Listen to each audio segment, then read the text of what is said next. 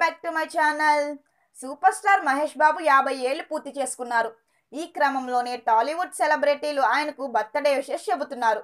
మరోవైపు మహేష్ భార్య నమ్రత కూడా క్యూట్ అండ్ లవ్లీ విషెస్ చెప్పింది. నా జీవితాన్ని ఓ అందమైన కలలా మార్చిన మనిషికి హ్యాపీ బర్త్డే. నా బలం, నా సర్వస్వం, ఎప్పటికీ నిన్నే ప్రేమిస్తుంటా మహేష్ అని నమ్రత తన ఇన్స్టాగ్రామ్లో పోస్ట్ పెట్టింది.